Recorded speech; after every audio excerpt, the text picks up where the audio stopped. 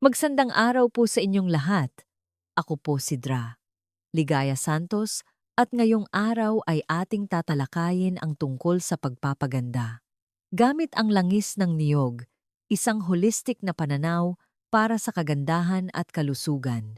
Marami sa atin ang nakakaranas ng pakiramdam na kahit anong pagod natin sa pag-aalaga sa sarili, pagbili ng iba't ibang produkto at pakikinig sa payo ng marami, mayroon pa ring bahid ng pag-aalinlangan. Ginagawa ba natin ang tama? O sinusunod lang natin ang nakasanayan ng karamihan?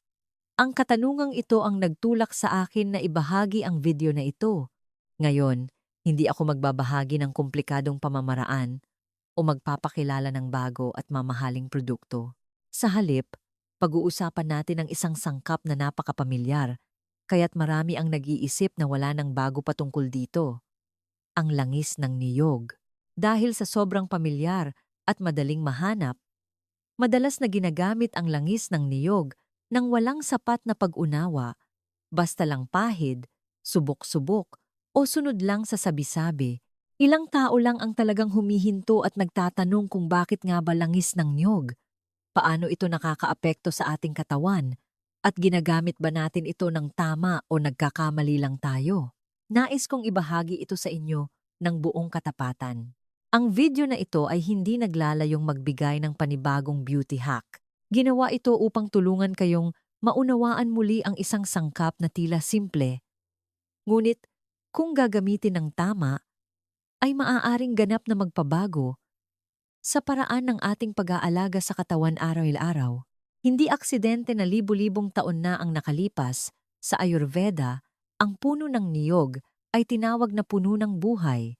Hindi rin aksidente na sa kalikasan, tanging gatas ng ina at langis ng niyog lang ang naglalaman ng mataas na antas ng lauric acid. Ang kalikasan ay hindi naglalagay ng anumang bagay ng basta-basta. Ang mga bagay na matatagpuan sa pinakamalinis na pinagmumulan ng buhay ay madalas na may malalim na papel.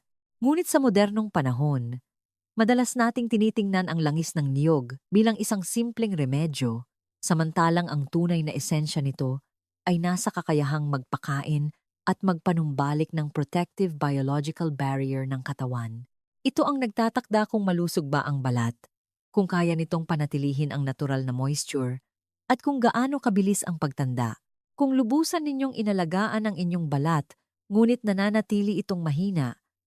Kung gumamit na kayo ng maraming produkto, ngunit pakiramdam nyo ay lalong naging manipis at madaling ma-irritate ang balat.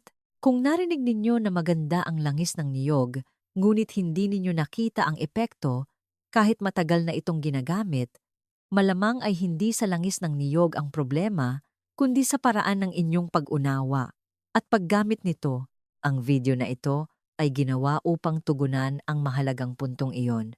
Matapos ninyong mapanood ang video na ito, hindi ko inaasahan na matatandaan ninyo ang bawat detalye. Ang gusto ko lang ay makakuha kayo ng isang mas mahalagang bagay, isang bagong pananaw.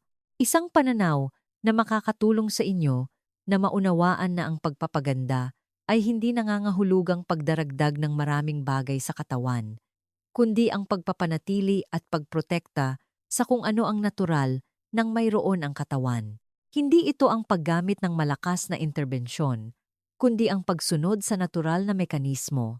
Ang 7 paraan ng paggamit ng langis ng niyog na ibabahagi ko ay hindi naglalayong magbigay ng mabilis na epekto.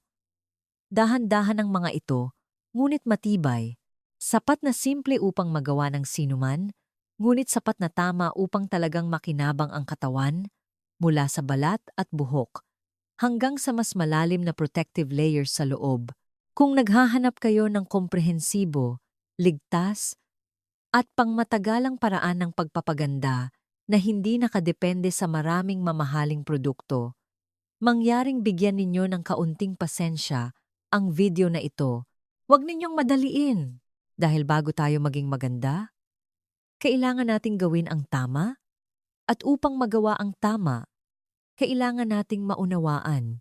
Ngayon, inaanyayahan ko kayong sama-sama nating suriin ang 7 paraan ng paggamit ng langis ng niyog, hindi batay sa lumang nakasanayan, kundi sa isang bagong pananaw upang sa bawat araw na lumipas, hindi lang kayo maging mas maganda, kundi mas panatag din ang inyong kalooban sa sarili ninyong katawan. 1. Paglilinis ng balat. Gamit ang langis ng niyog, nagsisimula ang ating holistic na paglalakbay sa pagpapaganda sa pinakamahalagang bahagi ng katawan, ang ating mukha.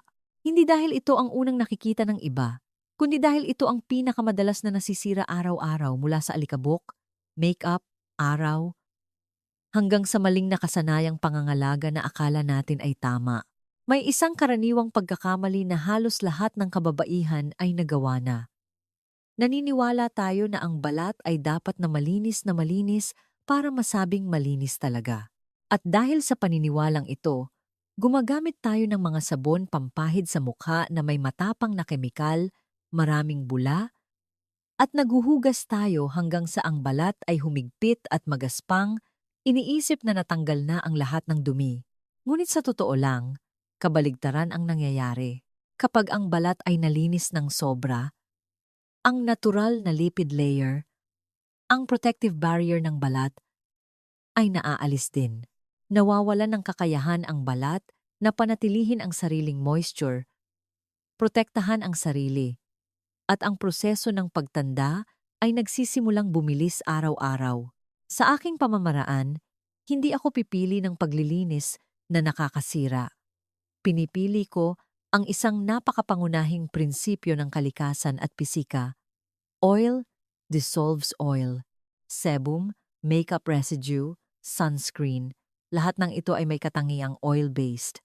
At ang pinakamahinahon na paraan upang tanggalin ang langis ay hindi ang matapang na sabon, kundi ang isang angkop na uri ng langis.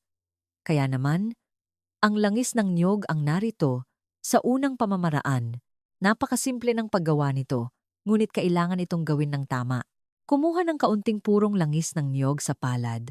Kuskusin ng bahagya upang uminit ang langis sa init ng katawan, pagkatapos ay ipahid ng direkta sa tuyong mukha.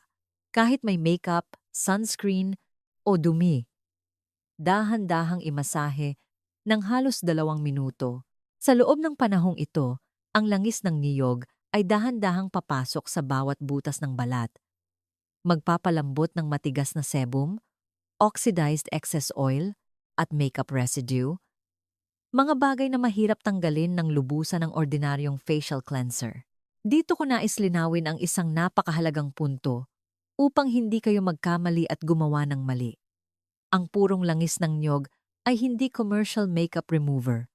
Wala itong emulsifying agent, kaya naman ang ordinaryong tubig, kahit mainit na tubig, ay hindi kayang hugasan ng lubusan ang langis ng niyog sa balat. Ang tamang at pinakaligtas na paraan ay ito. Matapos ang pagmamasahe, gumamit ng malambot na face towel na nilublob sa mainit na tubig, pigain, at dahan-dahang punasan ang langis sa mukha. Ang init mula sa tuwalya ay makakatulong sa pagbukas ng mga butas ng balat, at ang hibla ng tela ay tatanggalin ang lahat ng labis na langis at dumi na natunaw. Pagkatapos ng hakbang na ito, ipagpatuloy ang paghugas ng mukha gamit ang isang banayad na facial cleanser, kaunting bula, at balanced pH. Ito ang paraan ng paglilinis na tinatawag ng mga beauty expert na double cleansing. Sa madaling salita, ang langis ang gumagawa ng trabaho ng paghila ng dumi at ang facial cleanser ang gumagawa ng huling paglilinis. Ito rin ang paraan ng paglilinis na ginagamit ng maraming beauty blogger sa buong mundo araw-araw at binigyang diin sa aklat na itinuturing na skincare Bible ng Japan, ang The Japanese Skincare Revolution ni Chizu Saeki, kung saan niya sinasabi na kung ang balat ay hindi nalinis ng tama, ang lahat ng sumusunod na hakbang sa pangangalaga ay magiging walang saysay. Ang pinakamahalagang bagay sa langis ng niyog ay ang naturalesa nito. Walang pabango, walang synthetic emulsifier, walang alcohol. Ito ay partikular na angkop para sa mga nais mag-alaga ng balat sa pangmatagalan, nais bumalik sa pagpapalusog ng balat sa pinakamahinahon, matatag, at pinakamababang panganib na paraan. At gusto ko ring sabihin ng patas, Hindi ganap na pinapalitan ng langis ng niyog ang specialized makeup remover sa lahat ng pagkakataon. Kung minsan ay malakas ang inyong makeup, gumagamit ng waterproof products, mas mabilis pa rin ang commercial makeup remover. Ngunit para sa mga araw na light makeup lang, o para sa mga nagbibigay prioridad sa minimalism, kaligtasan, at pagpapagaling ng balat, ang langis ng niyog ay isang napakagandang opsyon na dapat isaalang-alang. Ang baguhan sa skincare ay magtatanong, alin ang mas maganda? Ang taong nakakaunawa ay magtatanong, paano ko kailangan alagaan ang aking balat ngayon? Pinapaalala sa atin ng langis ng niyog ang isang napakahalagang bagay. Ang paglilinis ay hindi ang pagtanggal ng lahat, kundi ang pagrespeto sa balat. At kung ngayon, hindi pa ninyo alam kung saan magsisimula sa pangangalaga ng balat, ngayong gabi, subukan ninyong sundin ang tamang paraan ng paglilinis gamit ang langis ng niyog na ibinahagi ko. Sa isang tamang paggawa lang, mararamdaman ninyo nang malinaw na ang balat ay hindi lang mas malinis, kundi mas banayad, mas malambot, at mas nakakahinga. W. Natural na. Pagpapabata. Gamit ang guwa siya at langis ng niyog. Kapag malinis na ang balat ng maayos at narerespeto ang natural na protective layer nito, hindi tayo dapat magmadali sa pagpapahid ng maraming bagay sa mukha. Dahil ang paglilinis ay simula pa lang. Kung gusto nating talagang bumata, kailangan nating gumawa ng isang mas malalim na bagay. Ang gisingin ang natutulog na daloy sa ilalim ng balat. Ito rin ang dahilan kung bakit, sa holistic na paglalakbay sa pagpapaganda, gamit lang ang isang bote ng langis ng niyog, inilalagay ko ang ikalawang paraan sa napakahalagang posisyon, ang natural na pagpapabata gamit ang guasya na sinamahan ng langis ng niyog. Bago natin pag-usapan ang mekanismo sa likod nito, hayaan ninyong ibahagi ko sa inyo ang isang napakatotoong kwento na nangyari sa akin. Isang araw, habang ako ay nagtatrabaho, dumalaw ang nanay ko, dala-dala ang isang kahon ng inihaw na isda. Pagpasok pa lang ng pinto, agad niyang sinabi, "Anak, may langis ng niyog pa ba tayo dyan? Pwede ba akong humingi ng kaunti para gamitin ko sa pag-scrape ng mukha ko?" Nagulat ako at nagtanong, "Mag-scrape ng mukha, ma? Bakit ka mag-scrape ng mukha?" Ngumiti ang nanay ko at sumagot, "Aba, yung lapad na bato na ibinigay mo sa akin dati, sabi mo pahiran ko ng langis tapos stroke sa mukha. Ngayon, pagkatapos kong mag-ehersisyo, yung mga kaibigan kong babae ay lumalapit sa akin at pinupuri ako. Bakit ang ganda at sariwa ng balat mo ngayon?" Sabi ko, "Ginagawa ko lang ang sinabi ng anak ko." Kaya humingi sila ng langis ng niyog at naubos ko na, hindi pa ako nakakabili ulit. Tapos, ibinulong niya ang isang pangungusap na hinding-hindi ko malilimutan. Pero ang galing, anak. Simula nung ginawa ko yan, paghiga ko sa gabi, nakakatulog na agad ako. Gumaan ang pakiramdam ng ulo ko. Ngumiti ako at sinabi, "Ma, yan po ay tinatawag na lymphatic drainage massage, hindi po yan pag-scrape ng mukha." Ikinaway lang ng nanay ko ang kanyang kamay at sinabi, "Ay, kahit ano pang tawag diyan, basta maganda ang epekto." At, aking mga mahal, ang simpleng pahayag na iyon ay tumama sa pinakamalalim na esensya ng pagpapabata na kinikilala ng parehong tradisyonal na Chinese medicine at modernong medisina. Ang lapad na bato na ginamit ng nanay ko ay tinatawag na guasya sa buong mundo. Sa tradisyonal na Chinese medicine, ang pamamaraang ito ay ginagamit na sa libu-libong taon na may layuning magbukas ng mga meridian, magpalakas ng qi at dugo, at magpalabas ng mga blockage na nasa ilalim ng balat. Mula naman sa pananaw ng modernong medisina, ang mga pagkilos na iyon ay tinatawag sa isang napakaagham na pangalan, lymphatic drainage. Bakit napakahalaga nito? Dahil ang pagtanda ay hindi lang tungkol sa ilang wrinkles sa ibabaw.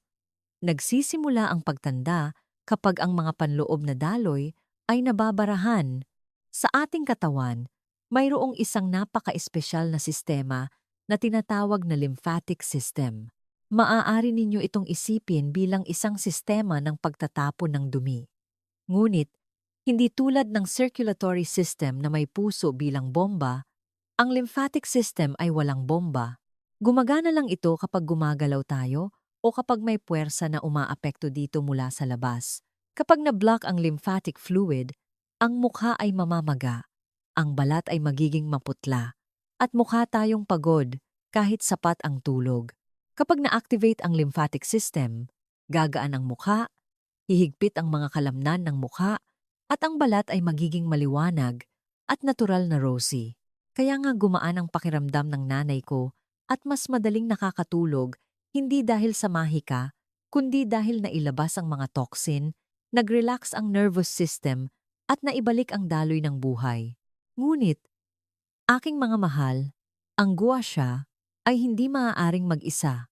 Kung gagamitin lang ang tuyong bato sa balat, magiging mataas ang friction at madaling masira ang balat na manipis. Kaya naman, kailangan nito ng isang perpektong kasama. At dito, hindi lumitaw ang langis ng niyog dahil ito ay mura o pamilyar, kundi dahil ito ay angkop sa biological na aspeto. Ang unang bentahe ng langis ng niyog ay ang sapat na natural na pagiging madulas na tumutulong sa gua siya na dumausdos ng maayos nang hindi hinihila ang balat. Ang pangalawang bentahe ay ang mabagal na kakayahan nitong sumipsip. Hindi mabilis mag-evaporate ang langis tulad ng serum, kaya may sapat na oras para sa isang 5 hanggang 10 minutong masahe. At ang pangatlong bentahe, na napakahalaga ngunit kakaunti lang ang nakakapansin, ay habang nagmamasahe, ang vitamin E at lauric acid sa langis ng niyog ay sumisipsip ng malalim, nagpapalusog at nagpapagaling ng balat habang ginagawa ang treatment. Mula sa siyentipikong pananaw, maraming pag-aaral na inilathala sa Journal of Cosmetic Dermatology ang nagpapakita na ang regular na lymphatic drainage massage ay nakakatulong na mapataas ang microcirculation ng dugo, makabawas sa pamamaga, at mapabuti ang pagiging matatag ng balat sa loob lamang ng ilang linggo. Sa pananaw naman ng tradisyonal na Chinese medicine, ang pamamaraang ito ay direktang umaapekto sa atay at bato. Ang atay ang namamahala sa mga tendon at elasticity, at ang bato ang ugat ng pagpapabata. Kapag maayos ang daloy ng qi at dugo, at sapat ang jing essence, natural na magiging makinis ang balat, at natural na hihigpit ang mga kalamnan ng mukha nang walang anumang marahas na interbensyon. Napakasimple ng paraan. Kailangan lang ninyong tandaan ang 3 salita. Bukas, daloy, sarado. Una, buksan ang daanan ng paglabas. Magpahid ng manipis na layer ng langis ng niyog sa mukha at leeg. Gamit ang kamay o gua siya, dahan-dahang stroke ang collarbone area mula sa gitna patungo sa balikat ng 5 hanggang 7 beses. Pagkatapos ay stroke mula sa ilalim ng tenga, pababa sa leeg, patungo sa collarbone. Ang hakbang na ito ay parang pagbubukas ng gate upang hindi bumalik ang daloy mamaya. Susunod ay ang pagdaloy sa mukha. Laging stroke mula sa loob palabas at mula sa ibaba pataas. Mula sa baba, stroke sa kahabaan ng jawline pataas sa ilalim ng tenga upang iangat ang kalamnan. Mula sa gilid ng ilong, stroke palabas sa cheekbones at temples upang mabawasan ang pamamaga at gawing mas payat ang mukha. Para sa laugh lines, dahan-dahang stroke mula sa loob pataas. Huwag hilahin ng pahalang. Sa paligid ng mata, stroke lamang ng napakagaan mula sa inner corner patungo sa outer corner. Sa noo, stroke mula sa gitna ng noo patungo sa magkabilang temples. Ang pressure ay dapat na banayad, dahan-dahan, at tuloy-tuloy parang namamalansya ng manipis na seda. Panghuli ay ang pagsara ng lymphatic system. Stroke mula sa temples patungo sa tenga, pagkatapos ay mula sa ilalim ng tenga, diretso pababa sa leeg, patungo sa collarbone. At muli, stroke ang collarbone palabas sa balikat. Ito ang hakbang sa paglabas ng fluid at toxins mula sa mukha na nagbibigay ng pakiramdam na gaan. Pagkatapos gawin ito, kailangan ninyong linisin muli ang balat. Dahil ang langis ng niyog ay walang emulsifier, punasan ang mukha ng mainit na tuwalya muna, pagkatapos ay hugasan muli ng banayad na facial cleanser. Kapag malinis ang balat, hindi ito magiging barado o magkakaroon ng pimples. Pagkatapos ay magpahid ng moisturizer, gaya ng dati at matulog. Sa bawat sesyon, kailangan lang ng 50 minuto, 3 hanggang 5 beses sa isang linggo ay sapat na. Ang pamamaraang ito ay hindi magpapabata sa inyo sa isang gabi, ngunit ibibigay nito sa katawan ang isang napakahalagang kakayahan na nawala sa atin sa paglipas ng panahon. Kapag naibalik ang daloy, mararamdaman ninyo ng malinaw, nagagaan ang muka, magiging mas rosy ang balat, hindi na mabigat ang mga kalamnan, at lalo na sa gabi, napakadaling matulog at mas malalim at mahimbing ang tulog. Sa tradisyonal na Chinese medicine, tinatawag itong activating meridians and collaterals, promoting qi and blood circulation. Mula naman sa modernong siyentipikong pananaw, ito ang lymphatic drainage at pagpapataas ng microcirculation sa ilalim ng balat. Magkaiba man ang pangalan, ngunit isa lang ang esensya. Kapag naibalik ang panloob na daloy, natural na magaganap ang pagpapabata nang hindi pinipilit at aking mga mahal. Ito ang paraan kung paano nakakatulong ang langis ng niyog na mapahusay ang kagandahan sa isang napakatalinong paraan. Hindi ito madali ang pagpapaganda. Hindi ito marahas na interbensyon, kundi ang pagpapalusog mula sa loob upang ang katawan ay natural na mag-adjust at magpagaling sa sarili. Umaasa ako na ang pamamaraang ito ay susubukan ninyong gamitin. Dahil hindi lang ito maganda para sa balat, kundi napakaganda rin para sa pag-iisip at kalusugan ng kababaihan. Subukan ninyo ito. Naniniwala ako na sa unang pagkakataon pa lang, mararamdaman ninyo ang malinaw na ginhawa. Minsan, tulad ng sinabi ng marami sa akin, nagiging adikto na sila sa pamamaraang ito nang hindi nila namamalayan dahil sa pakiramdam ng pagpapahinga, gaan, at ginhawa na dulot nito ay talagang mahirap iwanan. Kung naghahanap kayo ng natural, banayad, madaling gawin sa bahay, at pangmatagalang paraan ng pagpapabata, ito ang imbitasyon para sa inyo. Subukan ninyong maramdaman at hayaang magsalita ang inyong katawan. 3.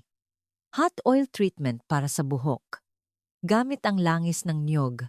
Kapag maayos na ang mukha at maayos na ang daloy ng dugo, dumako naman tayo sa ikatlong paraan, kung saan ang langis ng niyog ay nagpapakita ng papel nito sa malalim na pagpapalusog at pagprotekta sa buhok. Matapos ang mukha, dumako tayo sa isang bahagi ng tao na madalas nakakalimutan, ngunit malinaw na nagpapahiwatig ng edad at sigla ng isang babae, hindi lang sa balat, ang buhok. Hindi marunong magsalita ang buhok, ngunit ang tuyot, malutong, at split ends ay bulong na nagpapakita na kulang ang nutrisyon ng katawan mula sa loob. Marami sa inyo ang sumubok ng mag-hot oil sa buhok gamit ang langis ng niyog at pagkatapos ay umiling, ang lagkit, ang bigat sa ulo, hindi naman gumanda ang buhok. At ang karaniwang conclusion ay hindi hiyang ang buhok ko sa langis ng niyog. Ngunit, aking mga mahal, ang katotohanan ay hindi nasa langis ng niyog. Ang problema ay nasa isang maliit ngunit mapagpasyang detalye, ang temperatura. Ang langis ng niyog sa malamig na estado ay may medyo mahigpit na pagkakakonekta ng mga molekula. Kapag direkta itong ipinahid sa malamig na buhok, ang langis ay madaling manatili lamang sa ibabaw ng hibla ng buhok, na nagdudulot ng malagkit, mabigat na pakiramdam, at umaakit ng dumi. Kaya naman maraming tao ang gumagamit ng langis ng niyog nang mali at pagkatapos ay mabilis na tumatalikod dito. Ngunit kapag ang langis ng niyog ay ininit ng tama, ang buong mekanismo ay magbabago. Napakasimple ng paggawa nito, ngunit kailangan itong gawin ng tama. Kailangan nyo lang ilagay ang bote ng purong langis ng niyog sa isang mangkok ng mainit na tubig ng mga 5 minuto. Huwag itong direktang pakuluan sa kalan. Huwag hayaang kumulo ng malakas. Kailangan lang na matunaw ang langis at maging bahagyang mainit kapag hinawakan. Ang temperatura na ito ang tumutulong sa mga molekula ng langis na lumawak, maging mas flexible at mas mabilis gumalaw. At ito ang matalinong punto na hindi taglay ng lahat ng uri ng langis. Sa siyentipikong pananaw, may mga pag-aaral na naghambing sa kakayahan ng langis ng niyog, mineral oil at sunflower oil na sumipsip sa hibla ng buhok. Ang resulta ay nagpapakita na tanging langis ng niyog lamang na may istruktura ng straight-chain fatty acids at maliit na sukat ng molekula ang may kakayahang tumagos sa cuticle layer at direktang pumasok sa core ng buhok cortex. Ang ibang uri ng langis ay pangunahing nagpapahid lang sa labas. Nagbibigay ng instant shine ngunit hindi nagpapagaling sa panloob na istruktura. Iba ang mainit na langis ng niyog. Pumapasok ito sa core ng buhok upang maiwasan ang pagkawala ng protina at ang protina ang siyang balangkas na nagtatakda ng lakas, kapal at buhay ng hibla ng buhok. Kaya naman, ang unang bentahe ng langis ng niyog sa pangangalaga ng buhok ay ang malalim na kakayahan nitong sumipsip, hindi lang pagpapaputi sa ibabaw. Ang pangalawang bentahe ay ang kakayahan nitong protektahan ang protina ng buhok na tumutulong na mabawasan ang pagkalagas at pagkatuyo ng buhok sa paglipas ng panahon. At ang pangatlong bentahe, na napakahalaga ngunit kakaunti lang ang nakakapansin, ay ang langis ng niyog ay nagpapalusog sa buhok sa isang mabagal, matibay, at natural na paraan, hindi nagbibigay ng pekeng makinis na pakiramdam dahil sa silikon. Isang mahalagang prinsipyo na kailangan ninyong tandaan kapag gumagamit ng langis ng niyog sa buhok ay laging gamitin ito bago maghugas ng buhok. Sa mundo ng advanced hair care, ang pamamaraang ito ay tinatawag na pre-poo o pre-shampoo treatment. Kung magpapahid kayo ng langis ng niyog pagkatapos maghugas ng buhok, kapag basa pa ang buhok at bukas ang cuticle, ang langis ay madaling kumapit sa labas, na nagdudulot ng malagkit na pakiramdam. Ngunit kapag ginamit bago maghugas, ang langis ay nagsisilbing protective layer na pumipigil sa buhok na matuyo at mawalan ng protina sa proseso ng pagligo. Ang tamang paggawa ay ang mga sumusunod. Magpahid ng mainit na langis ng niyog sa tuyo o bahagyang basa na buhok na nakatuon sa haba at dulo ng buhok. Hindi na kailangang magpahid ng marami sa anit kung madaling maging malagkit ang inyong buhok. Dahan-dahang imasahe upang ang langis ay kumalat ng pantay sa hibla ng buhok, pagkatapos ay i-wrap ng mga 20,000 30 minuto. Maaaring gumamit ng manipis na tuwalya upang mapanatili ang init. Panghuli, hugasan ng lubusan gamit ang banayad na shampoo gaya ng dati. Malinaw ninyong mapapansin ang pagkakaiba. Ang buhok ay magiging mas malambot, mas magaan, hindi madaling magusot, at may natural na kintab, hindi ang peking makinis na pakiramdam. Gawin ito ng regular, 1 o 2 beses sa isang linggo, at ang buhok ay dahan-dahang magiging mas malakas mula sa loob. Sa pananaw ng tradisyonal na Chinese medicine, ang buhok ay ang labis na dugo. Kapag sapat ang dugo, natural na magiging itim, makapal, at makintab ang buhok. Ang langis ng niyog, na may mainit na katangian at malambot na lasa, kung gagamitin ng tama, ay makakatulong na palusugin ang dugo, magpadulas sa panloob na init, at magpalusog sa buhok mula sa ugat, hindi lang sa dulo. Ang hot oil treatment na ito ay maaaring napakasimple, napakamura, ngunit kung gagawin ng tama, mas epektibo ito kaysa sa maraming mamahaling hair mask sa salon. Dahil ginagamot nito ang core, hindi lang ang ibabaw. At iyon ang pangunahing prinsipyo ng aking channel. Ang pagpapaganda ay hindi tungkol sa paggastos ng mas maraming pera, kundi ang mas malalim na pag-unawa. Kapag naintindihan ng tama, ang pinakasimpleng bagay ay maaaring maging sikreto sa pagpapanatili ng kagandahan sa paglipas ng panahon. 4. Pangangalaga sa balat ng buong katawan. Gamit ang langis ng niyog. Hydrolock method. Ngayon, dumako naman tayo sa ika-4 na paraan sa holistic na paglalakbay sa pagpapaganda gamit lang ang isang bote ng langis ng niyog, ang pangangalaga sa balat ng buong katawan.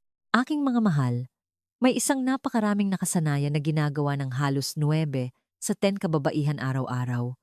Ngunit kakaunti lang ang nakakaalam na ito mismo ang nagpapatuyo at nagpapabilis ng pagtanda ng kanilang balat. Ito ay ang pagligo. Pagkatapos ay lubusang patuyuin ang katawan bago magpahid ng lotion. Sa unang tingin, tila napakalohikal nito, hindi ba? Ngunit mula sa biolohikal na pananaw ng balat, ito ay isang medyo padalos-dalos na hakbang. Kapag lubusan ninyong pinatuyo ang inyong balat, nawawala ng ibabaw ng balat ng natural na layer ng tubig. Bumababa ang temperatura ng balat at nagsisimulang lumiit ang mga butas ng balat. Sa puntong ito, kahit gaano pa kaganda ang inyong cream o langis, ang mga nutrients ay mananatili lang sa ibabaw na nagbibigay ng malagkit na pakiramdam, ngunit ang tunay na moisture ay hindi na pananatili sa loob. Kaya naman, maraming kababaihan ang nagrereklamo. Nagpapahid naman ako, pero tuyo pa rin ang balat ko. Pagkatapos kong gamitin, pakiramdam ko mabigat ang katawan ko at hindi naman nagtatagal ang pagiging malambot. Ang beauty hack na ito ay ginawa upang itama ang maling akala na iyon. Mayroon itong napakadaling tandaan na pangalan, Hydrolock o tinatawag ding waterlock. Napakasimple ng prinsipyo nito, ngunit napakatalino. Hindi gagamitin ang langis upang magbigay ng moisture, kundi upang panatilihin ang tubig, mangyaring pakinggan ng mabuti ang sumusunod na gabay. Dahil kung gagawin ng tama, malinaw na gaganda ang balat, ngunit kung gagawin ng mali, madaling magdudulot ito ng mabigat na pakiramdam sa balat. Pagkatapos maligo, habang basa pa at mainit ang katawan, huwag magmadaling patuyuin. Kailangan lang gamitin ang tuwalya upang bahagyang patuyuin upang hindi tumulo ang tubig. Pagkatapos, kumuha ng napakaliit na dami ng langis ng niyog. Binibigyang diin ko. Napakaliit. Halimbawa, 1 o 2 patak lang para sa buong braso, ilang patak para sa isang binti. Hindi na kailangan ng mas marami. Dahan-dahang kuskusin ang langis sa palad upang uminit, pagkatapos ay dahan-dahang ipahid sa basang balat.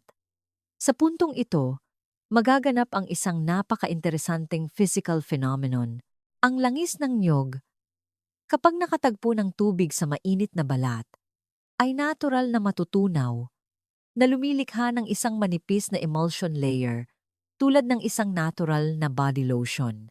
Hindi ito malagkit, hindi mabigat sa balat, kundi mabilis na sumisipsip sa stratum corneum na lumambot dahil sa tubig at init. Pagkatapos magpahid, kailangan nyo lang gamitin ang tuwalya upang bahagyang punasan ang labis na tubig sa balat. Pakatandaan, punasan lang, huwag kuskusin. At ito ang gusto kong tiyakin sa inyo ng malinaw. Kung gagawin ng tama, hindi ito magiging malagkit. Ang huling pakiramdam ay hindi mamantika, kundi malambot, malamig, at makinis na balat. Napakakomportable kapag nagbibihis. At may pakiramdam pa nga na humihinga ang balat. Ang dahilan kung bakit marami ang natatakot sa langis ng niyog ay dahil nakasanayan na nilang magpahid ng sobra o magpahid sa tuyong balat. Ngunit sa Hydrolock, ang langis ng niyog ay nagsisilbing manipis na layer ng lock na nagpapanatili sa mahalagang dami ng tubig na nasipsip ng balat pagkatapos maligo. Ngunit, aking mga mahal, ang ganda ng pamamaraang ito ay hindi lang sa malambot na balat. Kapag ipinahid ang langis ng niyog sa mainit na katawan, ang natural na amoy ng niyog ay dahan-dahang kakalat. Ito ay isang matamis at mainit na amoy na malapit sa pakiramdam ng seguridad. Sa aromatherapy, ang ganitong uri ng amoy ay nakakatulong na pakalmahin ang nervous system, bawasan ang stress, at ilagay ang katawan sa malalim na estado ng pagpapahinga. Maraming kababaihan ang nagsasabi na pagkatapos magpahid, gumaan ang pakiramdam ng kanilang katawan at nakatulog sila ng mahimbing sa gabi. Parang galing lang sa spa.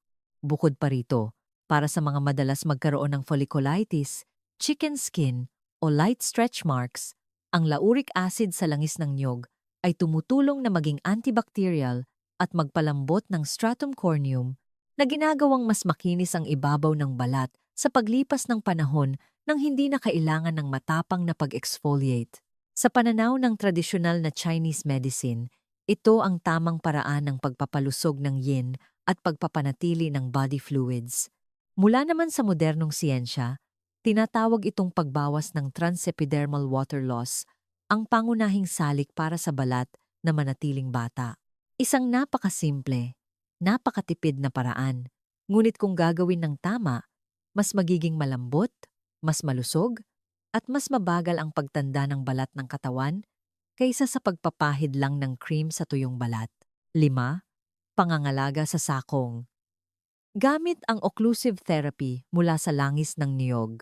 Kapag nalock na ng tama ang moisture ng buong katawan, magpapatuloy tayo sa ikalimang paraan kung saan ang langis ng niyog ay nagpapakita ng epekto nito sa isang napaka-espesyal na bahagi ng balat na kailangan pang lalong alagaan ng mga kababaihan habang tumatanda. Ang pangangalaga sa sakong gamit ang occlusive therapy mula sa langis ng niyog. Matapos ang mga madaling makitang bahagi ng balat, pupunta tayo sa isang lugar na bibihira lang nababanggit, ngunit tahimik na nagtitiis ng pinakamaraming pasakit para sa katawan ng babae sa buong buhay niya, ang mga paa. Aking mga mahal, may isang katotohanan sa buhay na kakaunti lang ang nakakapansin. Handa tayong maglaan ng oras at pera para sa mukha, sa buhok, sa balat ng buong katawan. Ngunit madalas nating nakakalimutan ang sakong kung saan araw-araw ay buong bigat ng katawan ang sumusuporta, nagtitiis ng friction, pagkatuyo, at pagkalubha ng tahimik. Habang tumatanda, mas madaling maging makapal at magaspang ang sakong o magkaroon ng bitak. Hindi naman dahil kulang kayo sa pangangalaga, kundi dahil halos walang natural na oil gland ang bahaging ito ng balat. Hindi ito nalulubrikan mula sa loob tulad ng balat sa mukha o kamay. Kapag matagal nang kulang sa moisture, ang stratum corneum ay napipilitang kumapal upang protektahan ang sarili. At pagkatapos ay bumibitak, sumasakit, at marami ang nagpapalakad na lang na parang bahagi na ng pagtanda. Ang beauty hack na ito mula sa langis ng niyog ay nilikha upang pagalingin ang balat na iyon na nakalimutan. Sa modernong pangangalaga ng balat, ang pamamaraang ito ay may napakalinaw na pangalan, occlusive therapy, o tinatawag din sa pamilyar na pangalan na seal therapy para sa pagpapagaling. Sa madaling salita, ayon sa aking channel, ito ay ang pagpapahid ng tama, pagkatapos ay isarado, upang magkaroon ng oras ang balat na ayusin ang sarili. Napakasimple ng paggawa nito, ngunit mangyaring huwag ninyong gawin ng padalos-dalos. Bago matulog, kapag malinis at tuyo na ang paa, magpahid ng medyo makapal na layer ng langis ng niyog sa sakong. Huwag magmadali. Gamitin ang dulo ng daliri upang dahan-dahang imasahe ng ilang minuto upang simulan ng langis ng niyog na palambutin ang tuyong at matigas na stratum corneum. At ito ang pinakamahalagang susi sa therapy na ito. Pagkatapos magpahid ng langis, agad na magsuot ng malinis na cotton socks at matulog. Ang medyas sa puntong ito ay hindi lang para panatilihing mainit, lumilikha ito ng napakatalinong greenhouse effect. Nagpapanatili ng init, moisture, at pinipigilan ang langis ng niyog na kuskusin o mag-evaporate. Dahil dito, nagkakaroon ng sapat na oras ang langis ng niyog upang sumipsip ng malalim, palambutin, at muling itayo ang pinakamakapal at matigas na layer ng balat nang hindi na kailangan ng anumang matinding operasyon. Kinabukasan pagkagising, marami ang magugulat. Ang sakong ay hindi na magaspang. Ang balat ay mas malambot, mas makinis, at mas makinis pa sa seda.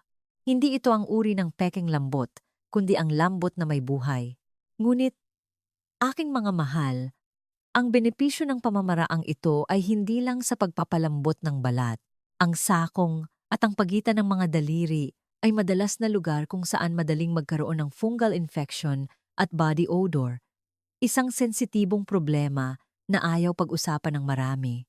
Ang langis ng niyog na may lauric acid ay isang napakalakas na natural na antibacterial at antifungal agent. Ang pagpapahid ng langis ng niyog magdamag ay hindi lang pangangalaga sa balat, kundi isang paraan din ng paglilinis at pag-alis ng bakterya sa mga paa. Pagkatapos ng ilang panahon, marami ang nakapansin na ang kanilang paa ay hindi lang mas malambot, kundi mas tuyo, malinis, at halos wala ng hindi kaaya-ayang amoy. Mula sa siyentipikong pananaw, ito ay isang mekanismo ng aktibong moisture lock. Kapag ang moisture ay nananatili ng matatag sa loob ng maraming oras, ang mga selula ng balat ay may pagkakataon na ayusin ang kanilang sarili. Ang lumang stratum corneum ay dahan-dahang natatanggal ng natural nang hindi na kailangan ng pagkuskos o matinding pag-exfoliate, mga bagay na madaling makasira sa balat. Sa pananaw naman ng tradisyonal na Chinese medicine, ang mga paa ay ang lugar kung saan nagtatagpo ang maraming mahahalagang meridian, lalo na ang konektado sa bato, ang ugat ng vital force at endurance.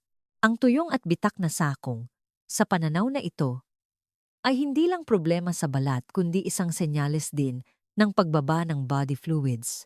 Ang pag-moisturize at pagpapanatili ng init sa mga paa bago matulog ay nakakatulong sa katawan na mag-relax ng malalim at mas mahusay ang daloy ng qi at dugo. Maraming kababaihan ang nagsasabi na pagkatapos nilang panatilihin ang kaugaliang ito, hindi lang mas malambot ang kanilang sakong, kundi mas malalim din ang kanilang tulog at mas magaan ang kanilang pakiramdam. Hindi iyon aksidente. Kapag inaalagaan ang mga paa, ang buong katawan ay nagiging relax. Gayunpaman, nais ko ring ipaalala sa inyo ang isang napakahalagang babala tungkol sa kaligtasan. Medyo madulas ang langis ng niyog. Pagkatapos magpahid, dapat kayong manatili sa kama at agad na magsuot ng medyas, iwasan ang paglalakad. Kung kailangan ninyong bumangon para umihi sa gabi, lumakad ng napakabagal at maingat lalo na sa mga matatanda upang maiwasan ang hindi kinakailangang pagkadulas. Ang therapy na ito ay hindi magarbong o mapagmalaki, ngunit ito ay isang napakabait na pagkilala para sa mga paa na sumuporta sa ating buong buhay. At kapag nagsimula kayong yumuko upang alagaan ang mga bahagi ng balat na bibihira lang nakikita tulad nito, hindi lang ito pagpapaganda. Ito ay isang paraan ng mas buong pagmamahal sa sariling katawan. 6. Pangangalaga sa pilimata at labi. Gamit ang langis ng niyog. Ngayon, dumako naman tayo sa ika-6 na paraan sa holistic na paglalakbay sa pagpapaganda. Sa isang bote lang ng langis ng niyog, ang pangangalaga sa pilimata at labi, may isang napakagandang katotohanan na madalas na pinapaalala sa isa't isa ng mga artista. Ang isang malaking obra maestra ay hindi na determina ng malalaking kulay, kundi ng pinakamaliit na detalye. Isang maling stroke lang, isang kakulangan sa galing na highlight, at mawawala ang buong karisma. Ganoon din ang kagandahan ng isang babae. Minsan, hindi ito ang balat, hindi ang mga tampok ng mukha, kundi ang mga pilik mata at mga labi. Dalawang napakaliit na detalye na nagpapanatili ng karisma at kabataan sa loob ng pinakamatagal na panahon. Ang ika-6 na paraan ngayon ay hindi tungkol sa maingay na pagbabago, hindi nangangako ng instant na pagkabata. Ito ay tungkol sa pagiging detalyado, tungkol sa kung paano natin tratuhin ang pinakamaliit na bahagi ng mukha, kung saan madalas nakakalimutan ng make-up, ngunit hindi nagpapatawad ang panahon. Una, ang mga mata. Marami ang nag-iisip na ang maiikling at manipis na pilik mata ay dahil sa heredity na ipinanganak na silang ganoon. Ngunit sa katotohanan, sa maraming kaso, ang problema ay hindi nasa genes, kundi nasa follicle ng pilik mata na nagugutom sa nutrisyon. Ang pilik mata ay manipis na buhok na may maikling siklo ng buhay. Kung hindi ito regular na nalulusog, ang hibla ng pilik mata ay madaling mabali o malagas. Bago pa humaba, nalalagas na. Dito, ang langis ng niyog ay hindi gumaganap bilang instant beauty enhancer, kundi bilang tahimik na tagapagbigay ng nutrisyon. Bawat gabi pagkatapos maghugas ng mukha, Kailangan lang gamitin ang malinis na cotton bud na nilublob sa napakaliit na dami ng langis ng niyog, pagkatapos ay dahan-dahang ipahid malapit sa base ng pilik mata, parang paghaplos. Hindi na kailangan ng marami, hindi na kailangan ng makapal. Kailangan lang ay regular at matiyaga.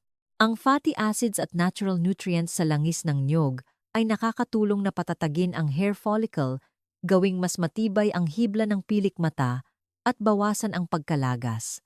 Kapag humaba ang siklo ng buhay ng pilik mata, ang hanay ng pilik mata ay kukulay at kakapal ng natural, nang hindi pinipilit o nang walang marahas na interbensyon. Pagkatapos, ang mga labi, isang napaka-espesyal na bahagi ng balat, ngunit madalas na binabalewala. Ang pinakamalaking pagkakaiba ng balat ng labi kumpara sa balat ng mukha ay ang labi ay ganap na walang oil glands. Ibig sabihin, hindi kayang maglabas ng sariling langis ang labi para panatilihin ang moisture. Malamig na hangin, air conditioning, matte lipstick, edad, lahat ng ito ay madaling nakakatanggal ng lambot ng labi. Kaya naman, ang tuyo, bitak at maitim na labi ay hindi dahil sa kaunting pag-inom ng tubig, kundi dahil kulang ang labi ng natural na protective layer. Ang pagpapahid ng langis ng niyog sa labi bawat gabi ay ang paraan natin ng pagpupuno sa kakulangan na hindi ibinigay ng kalikasan sa bahaging ito ng balat. Ang manipis na layer ng langis ay kumikilos tulad ng natural na lipid membrane na nagpoprotekta sa labi sa buong magdamag. Kinabukasan, kailangan lang gamitin ang malambot na tuwalya na nilublob sa mainit na tubig at dahan-dahang ikuskos. Ang layer ng dead skin ay matatanggal ng banayad na nagbabalik ng malambot, rosy, at plump na labi nang hindi nakadepende sa mamahaling lip balm. Mula sa siyentipikong pananaw, ito ay isang banayad na mekanismo ng moisture lock, sapat lang upang ang balat ay natural na mag-renew nang hindi nagiging barado o nagiging dependent ang labi. Sa pananaw naman ng tradisyonal na Chinese medicine, ang labi ay ang pintuan ng pali, spleen, at ang pilik mata ay ang labis na dugo. Kapag sariwa at makinis ang dalawang maliit na detalyeng ito ay senyales na maayos ang daloy ng ki at dugo sa loob. Kaya naman, ang pangangalaga sa pilik mata at labi ay hindi lang pagpapaganda sa panlabas, kundi isang napakagaling na paraan din upang makinig sa panloob na kalagayan ng katawan. Marami ang nakaramdam lang ng halaga ng pamamaraang ito pagkatapos ng ilang linggo, walang malaking pagbabago, walang instant na wow na pakiramdam. Ngunit bigla na lang, isang araw, iyan ang kagandahan na nagmumula sa matibay na pangangalaga nang hindi nagmamadali, nang hindi pinipilit. 7. Pag-inom ng langis ng niyog. Aking mga mahal, matapos nating talakayin ang 6 na paraan ng panlabas na pangangalaga mula sa balat, buhok, hanggang sa pinakamaliit na detalye tulad ng sakong, labi at pilik mata, dumako na tayo sa huling bahagi at ang ikapitong paraan na nagtatapos sa buong paglalakbay na ito. Ngayon, hindi tayo magpapahid, hindi tayo maglalagay, hindi tayo magmamasahe. Ngayon, tayo ay magpapalusog mula sa loob. At marahil, ang sasabihin ko ay magdudulot ng kaunting pagkabigla sa inyo, ang pag-inom ng langis ng niyog. Pagkarinig nito, siguradong may mga kukulubot ang noo. Langis? Iniinom? Hindi ba ito makakataba? Hindi ba ito makakasama sa atay? Ang mga katanungang iyan ay ganap na lehitimo. At kung hindi naintindihan ang esensya nito, tama nga na hindi ito dapat inumin, ngunit mula sa siyentipikong pananaw. Ang langis ng niyog ay hindi katulad ng ordinaryong taba. Ang langis ng niyog ay naglalaman ng MCTs, medium-chain triglycerides, na mga medium-chain fatty acids. Ang ganitong uri ng taba, kapag pumasok sa katawan, ay hindi umiikot-ikot upang mag-imbak ng taba, kundi mabilis na ginagawang malinis na enerhiya ng atay para sa utak at mga selula. Sa madaling salita, kung ang asukal ay nagbibigay sa inyo ng mabilis na enerhiya at pagkatapos ay bumababa, ang MCT ay nagbibigay sa inyo ng maayos, matatag, at pangmatagalang enerhiya nang hindi nagdudulot ng bigat. Kapag nabigyan ng malinis na enerhiya ang katawan, mas mahusay na mananatili ang moisture sa balat mula sa cellular level, mas maayos na nalulubrikan ang mga kasukasuan, at mas malinaw ang pag-iisip. Ngunit, pakatandaan ang isang napakahalagang bagay. Hindi ito dapat inumin ng marami, at lalong hindi dapat inumin araw-araw. Ang tamang paggamit at ang pinakaelegante ay ang sumusunod. Sa umaga, kailangan lang ninyong kumuha ng hanggang isang maliit na kutsarita ng langis ng niyog, ilagay sa mainit na kape, mainit na herbal tea, o kung gusto ninyo, maaari rin itong ihalo sa purong unsweetened cocoa upang maging isang napakadaling inumin na niyog cocoa. Ang purong cocoa ay mayaman sa polyphenols na antioxidant. Kapag isinama sa langis ng niyog, ang inumin na ito ay hindi lang nakakatulong na labanan ang pagtanda, kundi nagpapalusog din sa utak at balat mula sa loob. Ang sinumang nakarinig na ng dating video sa aking channel tungkol sa anti-aging drink na may unsweetened cocoa ay maaaring agad na gamitin ang tip na ito. Kung hindi pa nakakarinig, maaari ninyong hanapin sa aking channel upang mas maunawaan at magamit ng tama. Tungkol sa dalas ng paggamit, pakatandaan ang prinsipyo ng dahan-dahan at sigurado. 2 hanggang 3 beses lang sa isang linggo ay sapat na. Halimbawa, 1 beses bawat isang araw, hindi na kailangan araw-araw, at kailangan ko ring sabihin ng malinaw upang manatili ang pagiging patas. Napakabuti ng langis ng niyog, ngunit hindi ito hiyang sa lahat. Kung mayroon kayong history ng mataas na kolesterol o mahinang digestive system, magsimula sa pinakamababang dosis o kumonsulta sa doktor. Walang kagandahan ang dapat ipagpalit sa kawalan ng kapanatagan sa katawan. At sa diwaring iyon, nais kong paalalahanan kayo ng maikli. Ang langis ng niyog ay may medyo mataas na rating sa pagbara ng pores, mga 4-5. Ano ang ibig sabihin nito? Ito ay isang mahusay na kaibigan para sa tuyong balat, matandang balat, o balat na kulang sa langis. Ngunit para sa mga may mamantika na balat, malalaking pores, o madaling magkaroon ng pimples, ang pag-iwan ng langis ng niyog sa balat ng napakatagal, lalo na magdamag, ay maaaring hindi angkop. Kaya, ang mga taong may mamantika na balat ba ay mapag-iiwanan sa minimalist na paglalakbay sa pagpapaganda na ito? Ang sagot ay hindi. Ang kalikasan ay laging may napakatalinong kapalit. Kung madali kayong magkaroon ng pimples sa mukha, maaari ninyong palitan ang langis ng niyog ng jojoba oil. Ang langis na ito ay halos katulad ng natural na sebum ng balat ng tao, magaan, madaling sumisipsip, at halos hindi nakakabara ng pores. Kung inaalagaan ninyo ang inyong katawan ngunit hindi gusto ang amoy ng niyog, maaari ninyong piliin ang olive oil o almond oil. Pareho ang epekto sa pag-moisturize ngunit mas neutral at kaaya-aya ang amoy. Ang pinakamahalagang mensahe na nais kong iparating dito ay hindi ang kailangan ninyong gumamit ng langis ng niyog, kundi ang makinig sa inyong balat. Piliin ang tamang kasama na angkop sa inyong katawan. Iyan ang tunay na karunungan. Kung matapos ang video na ito ay hindi ninyo matandaan ang lahat ng 7 paraan, ayos lang. Tandaan lang ang isang bagay. Ang pagpapaganda ay hindi tungkol sa pagdaragdag ng marami, kundi ang sapat na pag-unawa upang hindi magkamali sa pagtrato sa inyong katawan. Umaasa ako na ang mga ibinahagi ko ngayon ay makapagtanim sa inyong puso ng isang maliit na binhi, isang pagnanais na mamuhay ng mas simple, mag-alaga sa sarili ng may kaalaman, at tratuhin ang inyong sarili ng may mas maraming pagmamahal. Kung ang video na ito ay nakaantig sa inyo, mangyaring ibahagi ito sa mga kababaihan na pinahahalagahan ninyo. Dahil minsan, ang isang banayad na paalala sa tamang oras ay maaaring magpabago sa paraan ng pagtingin ng isang tao sa kanyang sarili. At kung nais ninyong patuloy na sumama sa mas malalim na pananaw, mas malusog na pamumuhay, mangyaring mag-subscribe sa aking channel. Hindi kami nangangako ng pagiging perpekto. Nais lang naming makasama kayo sa pagbagal ng kaunti, pagiging mas malalim ng kaunti, at pagiging mas payapa araw-araw. Hindi kami nangangako ng mahika. Ang ipinapangako lang namin ay ang lahat ng ibibigay namin sa inyo ay maingat na sinasala, pinag-aaralan, at pinag-iisipan upang ang bawat minutong pakikinig ninyo ay maging sulit. Salamat sa inyong pananatili hanggang sa huling sandali.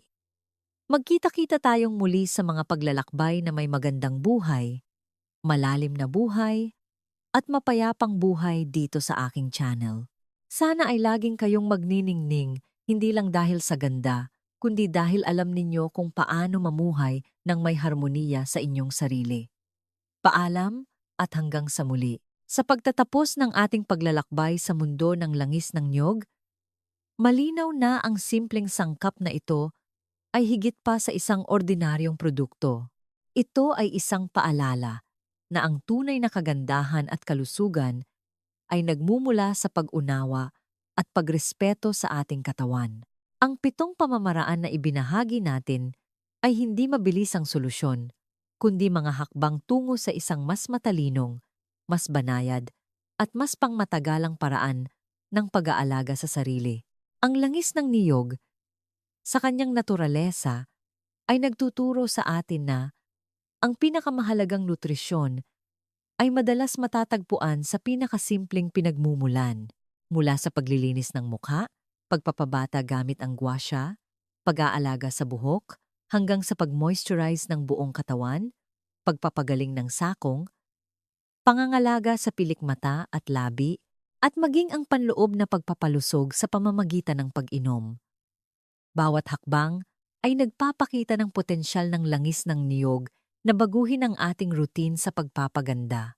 Gayunpaman, mahalaga ring tandaan na ang karunungan ay hindi lamang nasa pagpuri sa isang sangkap, kundi sa pag-unawa sa mga limitasyon nito at sa pakikinig sa ating sariling katawan.